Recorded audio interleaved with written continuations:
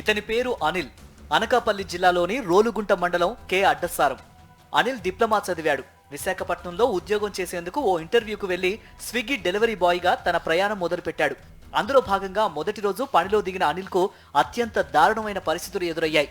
మొదటి ఆర్డర్ విశాఖపట్నంలోని MVP police station పరిధిలో ఉన్న సీతమ్మధారలో ఆక్సిజన్ టవర్స్ లోని ఓ ఫ్లాట్ నుంచి వచ్చింది. ఆ ఫ్లాట్ వద్దకు వెళ్లిన అనిల్ కు అనుకోని ఘటన ఎదురైంది. ఆర్డర్ తీసుకోవడానికి ఓ వ్యక్తి వచ్చింది. ఆమెకు ఆర్డర్ ఇచ్చి లిఫ్ట్ దగ్గరకు వెళ్తున్న స్విగ్గీ బాయ్ కి ప్రసాద్ అనే వ్యక్తి ఎదురుపడ్డాడు.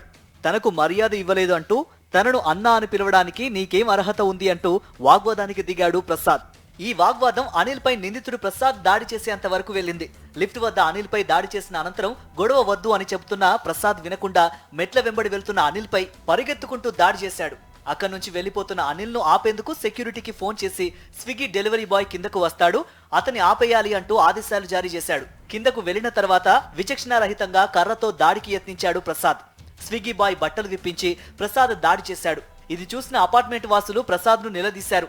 దీంతో అలర్ట్ అయిన సెక్యూరిటీ స్విగ్గీ బాయ్ ని రూమ్ లోకి తీసుకువెళ్లి 2 లెటర్స్ రాయించి ఆ తర్వాత బట్టలు విప్పించి బయటకు తీసుకెళ్లారు.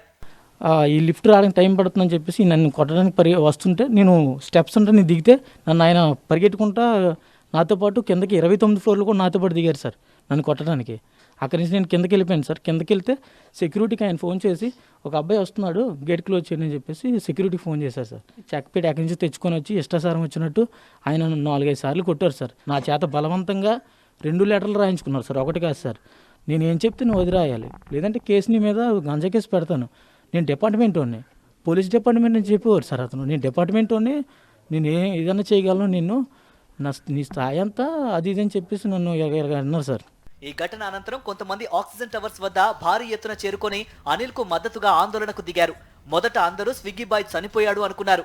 సమీపంలోని స్విగ్గీ బాయ్లు, లోకల్ పీపుల్ భారీ ఎత్తున ఆందోళనకు దిగారు.